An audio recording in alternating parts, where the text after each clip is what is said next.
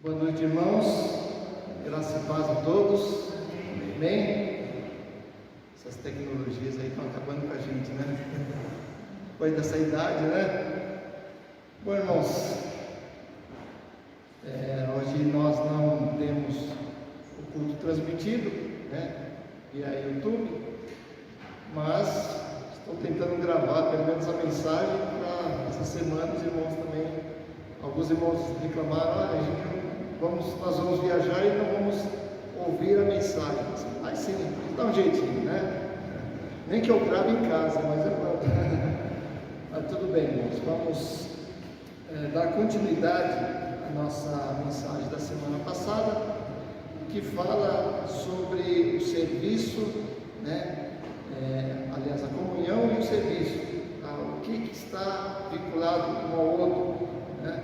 Então hoje nós vamos ler o texto de Lucas capítulo 9, versos 37 e 45, e também tem a mesma referência, só que em Marcos capítulo 9, de 14 a 29. Então vamos fazer essas duas leituras, Lucas 9, 37 e 45 e Marcos 9, 14 a 29. Então os irmãos acompanhem com bastante atenção e reverência à palavra de Deus. Diz assim, Lucas 9, 37: No dia seguinte, ao descerem eles do monte, veio ao encontro de Jesus grande multidão, e eis que dentre a multidão surgiu um homem, dizendo em alta voz: Mestre, suplico-te que vejas meu filho, porque é único. Um espírito se apodera dele, e de repente o menino grita, e o espírito o atira por terra, convulsiona-o até o espumar, e dificilmente o deixa, depois de o ter quebrantado. Roguei aos teus discípulos que o expelissem, mas eles não puderam. Respondeu Jesus: Ó geração incrédula e perversa, até quando estarei convosco e vos sofrerei? Traze teu filho. Quando se ia aproximando, o demônio o atirou no chão e o convulsionou, mas Jesus repreendeu o espírito imundo, curou o menino e o entregou a seu pai. E todos ficaram maravilhados ante a majestade de Deus, como todos se maravilhassem de quanto Jesus fazia. Disse aos seus discípulos: Fixai nos vossos ouvidos as seguintes palavras: O Filho do Homem está para ser entregue nas mãos dos homens. Eles, porém, não entendiam isto, e foi-lhes encoberto para que o não compreendessem, e temiam interrogá-lo a esse respeito. Marcos capítulo 9, 14 a 29, diz assim: Quando eles se aproximaram dos discípulos, viram numerosa multidão ao redor, e os escribas discutiam com eles. E logo toda a multidão, ao ver Jesus, tomada de surpresa, correu para ele e o saudava. Então ele interpelou os escribas: Que é que discutíeis com eles? E um dentre a multidão respondeu: Mestre, trouxe-te o meu filho, possesso de um espírito mudo, e este, onde quer que o apanha, lança-o por terra, e ele espuma, rilha os dentes e vai definhando. Roguei aos teus discípulos que o expelissem, e eles não puderam.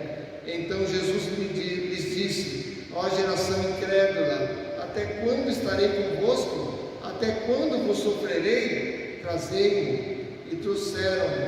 E quando ele viu a Jesus, o espírito imediatamente o agitou com violência, e caindo ele por terra, revolvia-se espumando. Perguntou Jesus ao pai do menino: Há quanto tempo isso lhe sucede? Desde a infância, respondeu. E muitas vezes o tem lançado no fogo e na água para o matar. Mas se tu podes alguma coisa, tem compaixão de nós e ajuda-nos. Ao que lhe respondeu Jesus: Se podes, tudo é possível ao que crê. E imediatamente o pai do menino exclamou com lágrimas: Eu creio. Ajuda-me na minha falta de fé. Vendo Jesus que a multidão concorria, repreendeu o espírito imundo, dizendo-lhe: Espírito mudo e surdo, eu te ordeno, sai deste homem e nunca mais tornes a ele. E ele, clamando e agitando muito, saiu, deixando como se estivesse morto, a ponto de muitos dizerem: morreu. Mas Jesus, tomando pela mão, o ergueu e ele se levantou. Quando entrou em casa, os seus discípulos lhe perguntaram em particular: por que não pudemos nós expulsá-lo? Respondeu-lhes: esta casta não pode sair senão por meio de oração e jejum. Amém. Palavra de Deus para as nossas vidas. Que Deus assim nos abençoe e nos ilumine em nome de Jesus. Vamos ter uma oração pedindo a iluminação do Espírito. Pedir ao nosso irmão presbítero Sérgio que faça essa oração.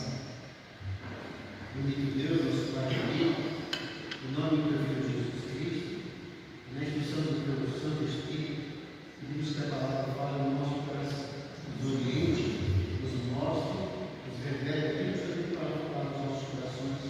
Em nome do Filho Jesus que te pedimos. Amém. Amém. A comunhão e o serviço. Semana passada nós começamos a falar sobre a comunhão. A comunhão é muito importante. A comunhão com Jesus. Jesus chamou seus discípulos até aquele monte, levou-os até o cume do monte e mostrou-lhes, né, a sua glória, se transfigurou diante deles, né? E aqueles homens ficaram maravilhados, até Pedro se colocar à frente e dizer: Senhor, vamos fazer tendas aqui para o Senhor, para o Elias, para Moisés, né, representantes ali da lei, dos profetas, vamos ficar juntos, está muito bom aqui, está gostoso, essa comunhão. E Jesus, a presença de Jesus, a proximidade, a comunhão com Jesus faz com que as pessoas queiram ficar mais, faz com que as pessoas tenham esse entendimento, né? Nós aprendemos nesta mensagem que é importante, para termos comunhão com Cristo, estarmos perto dele em oração, estarmos buscando a palavra, estarmos sendo envolvidos, ter prazer na obra de Deus, ter prazer na comunhão com Deus, na presença de Deus, né? Ter prazer na casa de Deus. Isso é tão bom, tão importante, né? Hoje que nós temos aí uma sociedade tão individualizada, né? Cada um buscando seus próprios interesses, cada um buscando as suas próprias coisas e deixando os interesses de Deus, os interesses do reino em outros planos, em outros lugares. E nós precisamos buscar isso, essa comunhão, essa aproximação com Deus, para que tenhamos prazer, para que tenhamos alegria de estar na presença do Senhor, na casa do Senhor, juntamente com os nossos irmãos, louvando, adorando a Deus, né? Então, essa foi a primeira parte da nossa mensagem, que fala sobre a comunhão e o serviço. E o que isso tem a ver com o serviço, né? Por que o serviço é tão relevante, ou seja, é uma consequência de todas essas atitudes anteriores, ou seja, você estando em comunhão com Deus, você estando na presença de Deus, você buscando essa comunhão, estando mais perto de Deus, automaticamente é uma coisa natural que flui de dentro, né? Você vai trabalhar, você vai servir, não há necessidade das pessoas estarem te motivando, não há necessidade de as pessoas estarem dizendo o que você vai fazer, porque automaticamente você vai fazer. Isso é natural, isso flui de dentro do seu coração, né? Aquele que tem o Espírito de Deus, do seu interior, diz a palavra, fluirão rios de água viva. Isso é bênção. Você vai abençoar aqueles que estão perto, você vai trabalhar, você vai se sentir bem na obra do Senhor. E nós vamos ver hoje a continuidade dessa mensagem, que a comunhão, ela leva ao serviço. Ela leva ao serviço. E nós precisamos reunir essas condições para estarmos aptos e capacitados para a obra. Precisamos reunir as condições espirituais para estarmos capacitados para a obra, né? Deus capacita aqueles que Ele chama, Ele capacita. Então todos nós estamos sendo treinados, estamos sendo capacitados para realizar, para fazer a obra do Senhor. E o que aconteceu depois daquele evento? Jesus e os seus discípulos, ali os três, desceram do monte. Lá embaixo estava tendo lá uma bagunça, um tumulto, uma confusão. Os discípulos que ficaram lá embaixo estavam discutindo com os escribas. O homem lá desesperado, com seu filho ali, com problemas com seu filho, estava ali brigando entre si, discutindo entre si, e Jesus encontrou ali uma situação bem complicada, Aí talvez até Pedro, Tiago e João, descendo ali do monte, pensassem, oxe, estava tão bom lá em cima, eu volto para cá, essa bagunça toda, essa brigaiada toda, É a mesma coisa quando a gente vai para acampamento, A gente vai para acampamento, é tão gostoso lá, Aí quando vai na hora de voltar, hoje tem que voltar mesmo, Poxa vida, tão estressante, a nossa vida, tão corrida. E exatamente isso, irmãos. Deus, Ele nos capacita, Ele nos dá força, Ele nos dá condição para enfrentar justamente os problemas, Não é para ficar sempre tranquilo, calmo no nosso cantinho, na nossa zona de conforto, que nós chamamos, Está tão bom aqui, olha, não quero sair daqui não. Vamos sair daqui. Isso aconteceu lá na igreja primitiva, em Atos capítulo 2, Eles tinham comunhão, partiam o pão de casa em casa, estava tudo muito bom, tudo gostoso, mas o que aconteceu? Deus enviou uma perseguição, porque a ordem para a igreja, qual que era? Jerusalém, Judeia, Samaria, até os confins. Aí eles ficaram só em Jerusalém ali, tudo gostosinho ali, a igreja perfeita, a igreja perfeita. Mas olha só o que aconteceu, Deus mandou uma perseguição, e por causa da perseguição, se você ler o livro de Atos, você vai ver que eles foram seguindo exatamente como Jesus mandou, pela Judeia, Samaria. Depois Paulo começou a levar o Evangelho até os confins, até o mundo. Então, irmãos, nós somos capacitados, nós somos treinados, e a igreja é para isso, Nós nos preparamos para a luta, nós nos preparamos para a guerra, O mundo está aí, o mundo jaz no maligno, O mundo necessita de uma palavra de esperança. O mundo necessita dessa palavra de poder que vem da igreja, que vem do Senhor. Muitas vezes nós nos calamos, muitas vezes nós deixamos de fazer a obra, deixamos de fazer a nossa parte como igreja, deixamos de pregar o Evangelho, deixamos de falar da salvação, deixamos de falar do pecado, porque as pessoas não gostam dessas coisas, Então nós precisamos nos atentar para isso. O serviço, ele vem a partir do momento que você toma consciência da sua missão como um cristão nesse mundo. A minha missão aqui, é levar o Evangelho a toda criatura. Jesus disse: eis que estarei convosco todos os dias até o final dos séculos. Então Jesus está conosco, irmãos. Só que nós precisamos fazer a nossa parte. Precisamos fazer a nossa parte, e sair um pouco do nosso comodismo, Então, quais são as condições para aqueles que desejam fazer a obra de Deus? Quais são as condições? A primeira condição para aqueles que desejam fazer a obra de Deus, ser um servo útil na obra de Deus, é você estar sempre na presença de Deus. É necessário a presença de Jesus. Lá em cima, os discípulos, os três, estavam na presença de Jesus, um clima de espiritualidade total, proximidade com Deus, de comunhão, Só que lá embaixo a coisa estava pegando fogo. Lá embaixo as pessoas não estavam em comunhão. Lá embaixo as pessoas não estavam com Jesus. Jesus não estava presente. e eles estavam tentando fazer do jeito deles. Diz o texto lá em Marcos, eu gosto mais dessa versão aqui de Marcos, que diz que os discípulos discutiam com os escribas acerca daquela situação. Os discípulos não conseguiram expelir o demônio do garoto. Eles estavam tentando trabalhar, eles estavam tentando fazer, mas eles não conseguiam.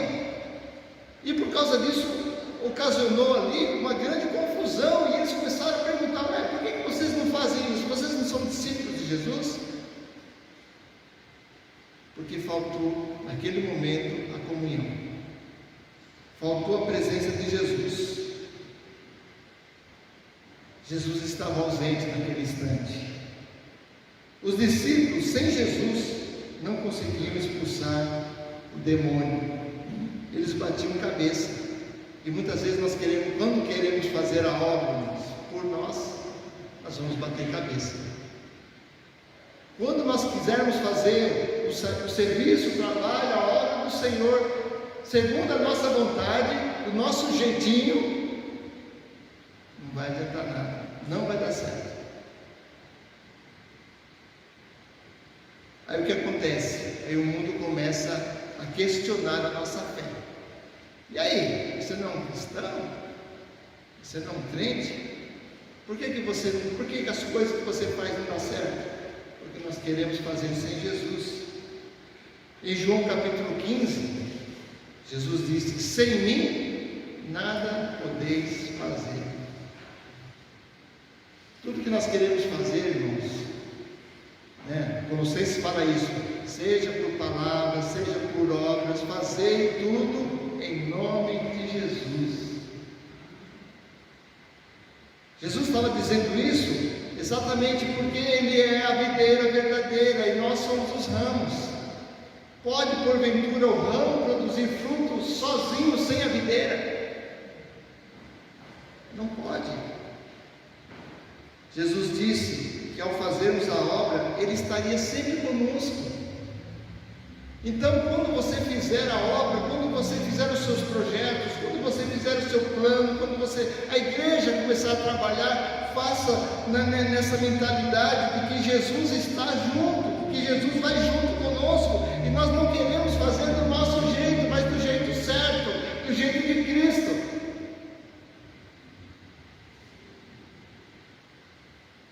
João 15, versículo 4 diz: como o ramo não pode produzir fruto em si mesmo, assim também vós não podeis dar fruto se não permanecerdes em mim.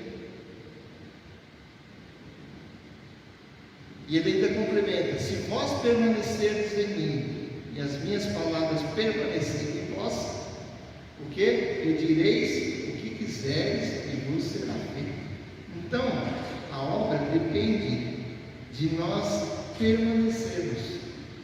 Essa palavra-chave, aquele texto de João 15, permanecer em Cristo, é não deixar Cristo de fora, é fazer a obra sempre buscando a glória do Senhor, sempre buscando a manifestação do poder e da ação de Deus na nossa vida.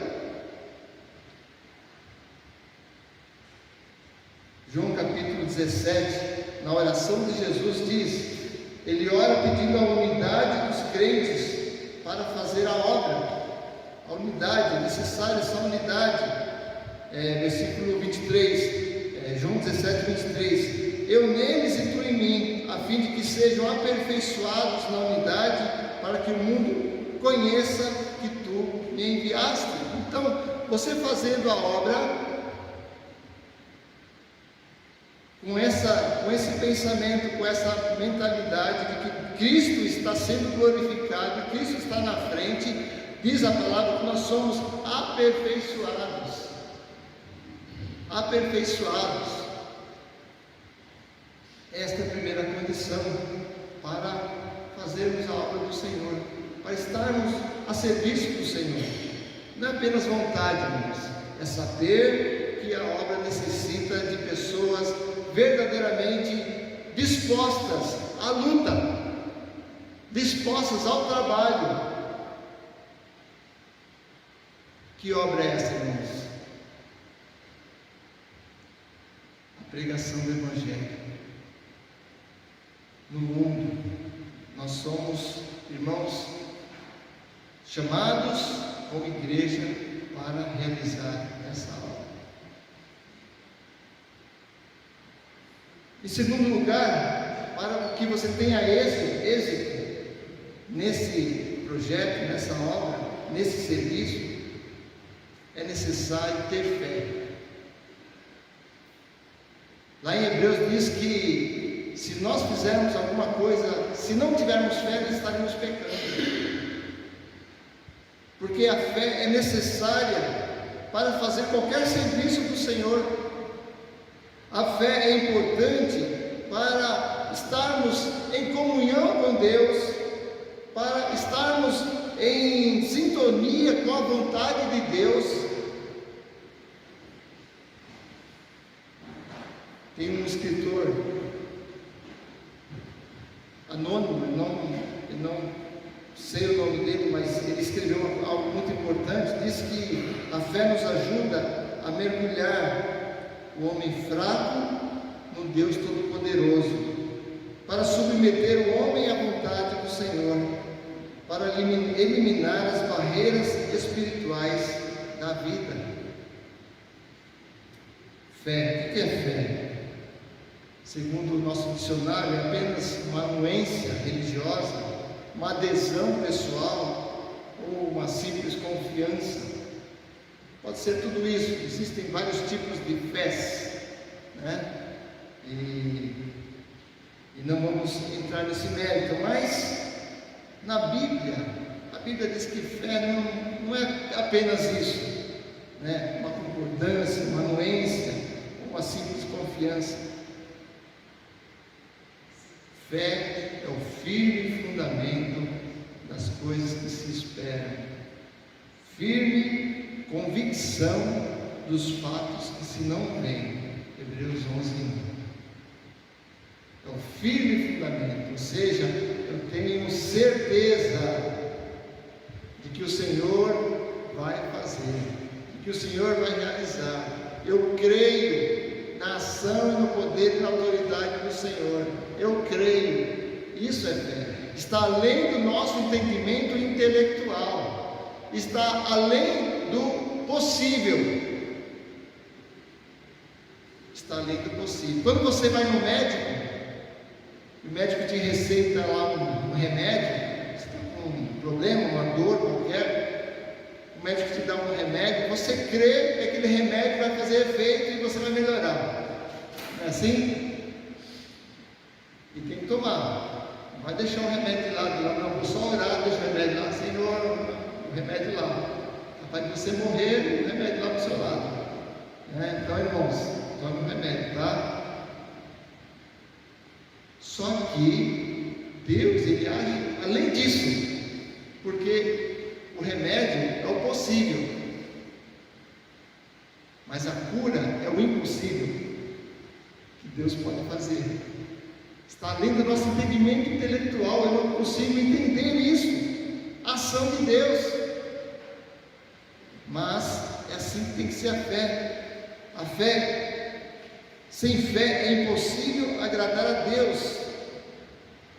Aqueles que estavam lá no pé do monte, eles tinham um conhecimento até das ações de Jesus, mas faltava-lhes alguma coisa. Primeiro, porque Jesus não estava presente, eles não sabiam o que fazer, estavam perdidos, né? E depois que faltava-lhes a fé, a confiança. Quando Jesus perguntou lá para o pai do menino: olha, você crê nisso?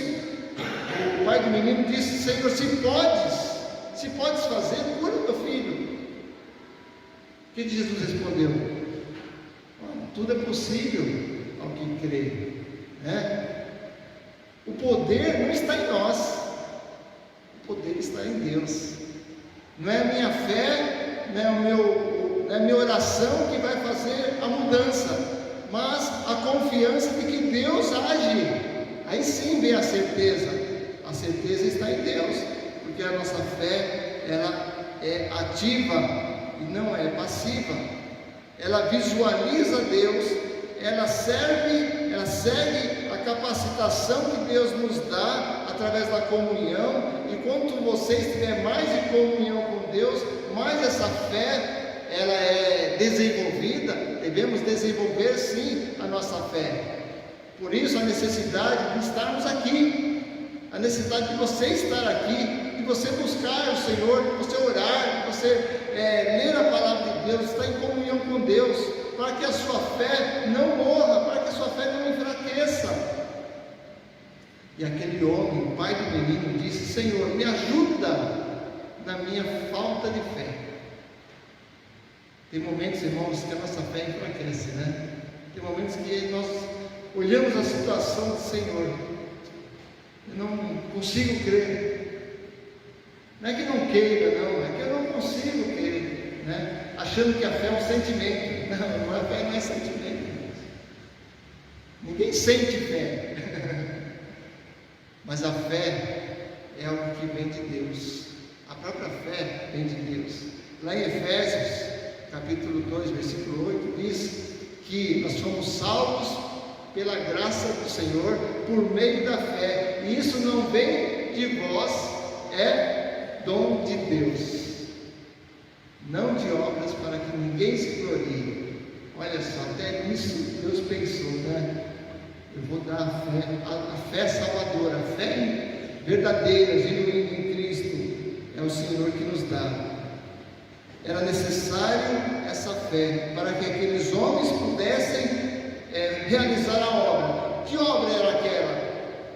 Expulsar o demônio daquele menino, transformar a vida daquela família, daquele homem.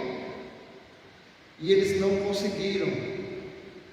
E Jesus mesmo falou com eles: até quando vou estar com vocês? Será que vocês não conseguem trabalhar? Será que vocês não conseguem fazer a obra? Até quando estarei com vocês? O pai do menino precisava e pediu essa fé, e Jesus deu a ele essa fé, curando aquela criança, aquele menino. Por isso, irmãos, que esse é o segundo requisito para realizarmos a obra. Primeiro, é termos a presença de Cristo, fazermos tudo por Cristo. Segundo, termos fé naquilo que nós vamos fazer. Por que nós vamos fazer a obra?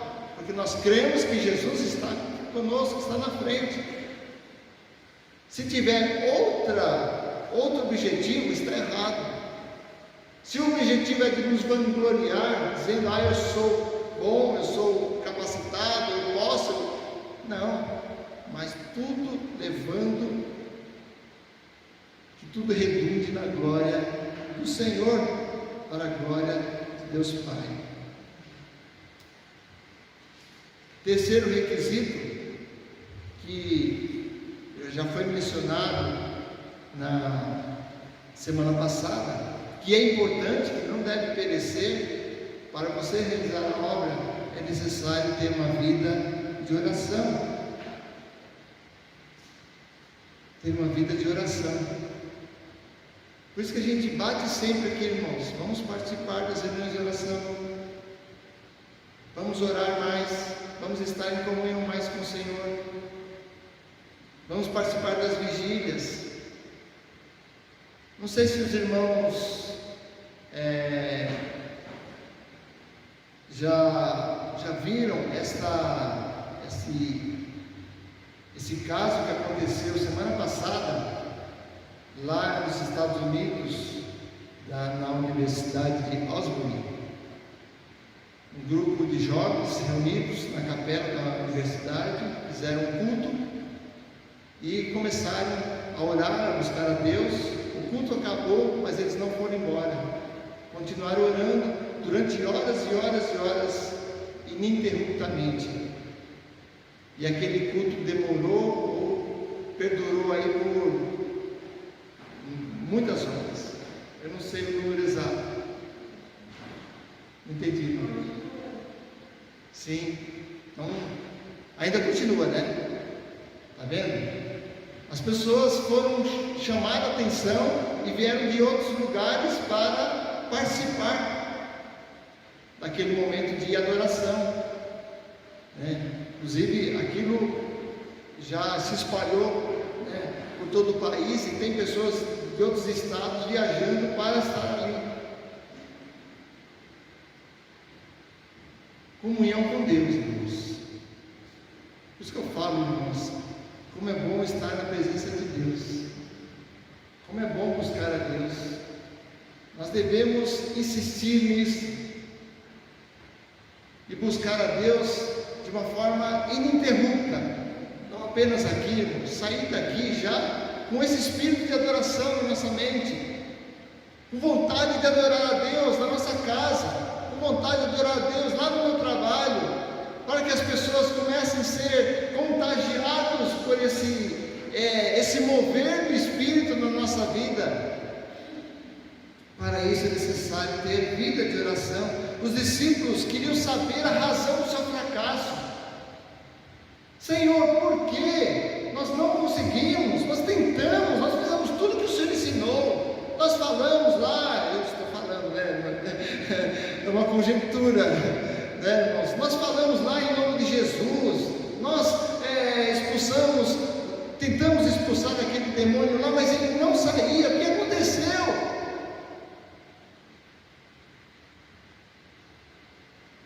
Jesus respondeu que eles deveriam estar em oração.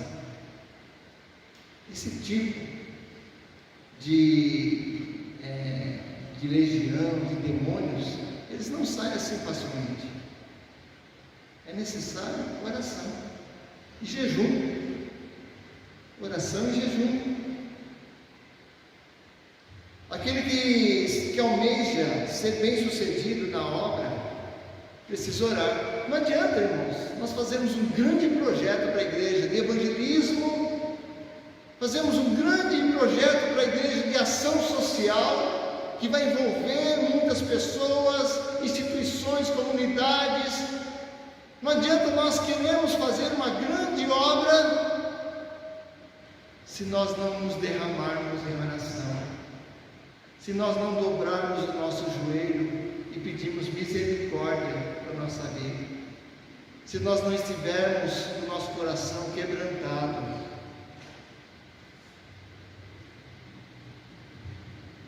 Já ouvi alguns pastores dizerem que para que haja um verdadeiro avivamento na igreja brasileira, é necessário que nós derramemos os nossos corações, quebrantemos os nossos corações. É necessário arrependimento. É a primeira condição. Deixar realmente as coisas do mundo e começar a olhar para Deus, começar a buscar as coisas de Deus. Quebrantamento é você derramar realmente o seu rosto em terra e dizer: Senhor, eu não sou nada, não sou capacitado, me ajude. Ajuda a minha igreja, abençoa cada um daqueles que estão na liderança. É você dobrar os seus joelhos cada dia e orar uns pelos outros. É isso que eu estou insistindo desde o início. Quando houver esse quebrantamento, quando o nosso coração estiver quebrantado diante de Deus, quando nós deixarmos as coisas do mundo, quando deixarmos o pecado, quando deixarmos essas coisas de lado e começarmos a buscar o Senhor, aí sim o Senhor vai agir e vai realizar um grande avivamento na nossa igreja. Mas enquanto estivermos com o nosso coração duro, com o nosso coração fechado, querendo fazer a obra do nosso jeito, da nossa forma, brigando entre si nas nossas reuniões, nas nossas assembleias, achando que é a nossa vontade que deve prevalecer, nada disso vai perdurar. Só vamos crescer como igreja nesse país quando cada um de nós dobrarmos os nossos joelhos com tristeza tristados, quebrantados e dizer: Senhor, eu sou pecador, me ajuda. Tira o pecado da igreja, Senhor. Tira aquilo que é de ruim das nossas vidas. Faz uma transformação no meio do teu povo. Tira o orgulho, a prepotência, a vaidade, a soberba. Tira tudo isso, porque existe isso sim no nosso meio. Estou falando da igreja geral, irmãos. Nossa igreja brasileira. E do Brasil também, principalmente. Nós precisamos quebrantar, irmãos. Eu não estou vendo, eu não vejo nenhuma manifestação nesse sentido. Há sim uma vigília a ser marcada, né? Todos vão orar, todos vão buscar. Tem um departamento da igreja que ora, né? O ministério, que é o Emmanuel, nosso irmão presbítero Marcelo, está encabeçando, tem sido uma luta. Nosso irmão é para passar para os irmãos essa importância. Então, irmãos, se a igreja não fizer isso, a igreja não vai conseguir andar, não vai conseguir fazer a obra. Aqueles discípulos estavam na mesma coisa. Eles queriam fazer de qualquer jeito, porque eles aprenderam assim, porque eles conheceram assim, mas não deu certo. Jesus falou assim: olha, essa casta não pode sair senão por oração e jejum. Joelho no chão, joelho em terra. É um meio para nos aproximarmos de Deus. O próprio Jesus, Filho de Deus, orou desta forma. Através dela, na oração, declaramos a nossa dependência do Senhor. Dependência. Nós dependemos de Deus, irmãos. Precisamos aprender a ser dependentes. Nós estudamos isso hoje na escola dominical, né? Quem tem o domínio da sua vida? Muitas vezes nós queremos assumir o controle, né? Eu consigo. Eu consigo. Não conseguimos. Nós não conseguimos nada. Jesus falou: sem mim nada podeis fazer. Então, passe o controle para Deus. Passe o controle para Deus. É difícil, é complicado, mas devemos fazê-lo.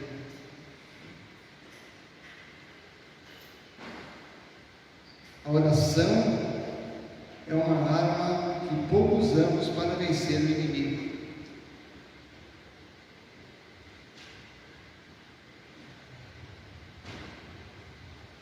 Tem uma escritora inglesa que disse assim, o nome dela é Lola Hanson. Ela diz assim: eu não sei por quais métodos estranhos, mas sei que Deus responde a minha oração. Eu não sei quando Ele manda o seu recado, que diz que a ardente prece foi ouvida. Minhas orações eu só deixo com meu Deus. A sua vontade é mais sábia do que a minha. A vontade do Senhor é mais sábia do que a nossa. Sem oração não podemos realizar a obra de Deus. Jesus disse isso várias vezes. Em Tiago, nós lemos, capítulo 4, versículo 2 e 3.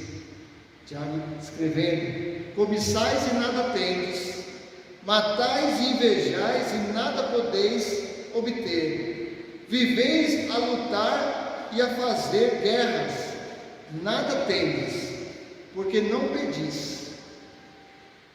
Pedis e não recebeis, porque pedis mal, para esbanjardes em vossos prazeres.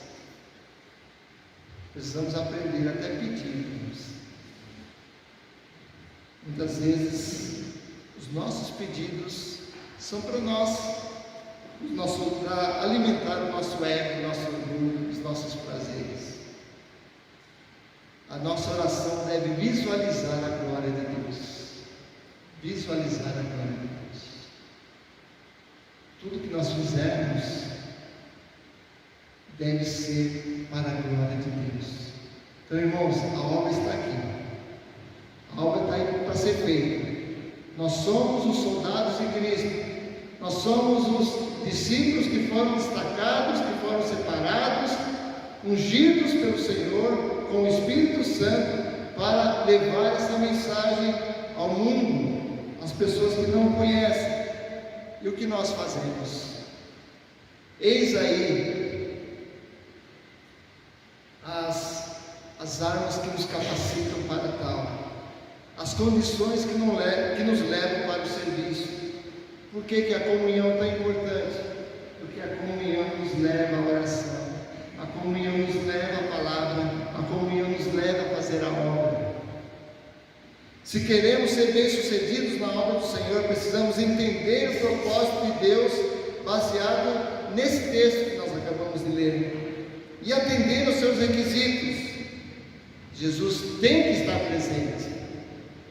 Devemos realizar essa obra com fé, com confiança de que Ele vai agir, de que Ele está na frente. Devemos orar muito para fazê-lo, devemos confiar no Senhor, que o Senhor vai realizar.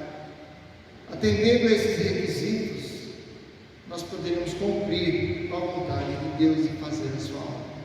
Então, meus irmãos e minhas irmãs, que esta palavra tenha realmente encontrado guarida no seu coração, que você possa entender verdadeiramente a vontade do Senhor e saber que o Senhor pode fazer muitas coisas através de você. Você é um instrumento, nós somos um instrumento do Senhor, cada um de nós. Então nós precisamos nos apropriar desses recursos que o Senhor nos dá, para que a obra consiga encontrar o seu êxito. E que Deus assim nos abençoe, que Deus assim nos guarde, nos ajude a sermos melhores.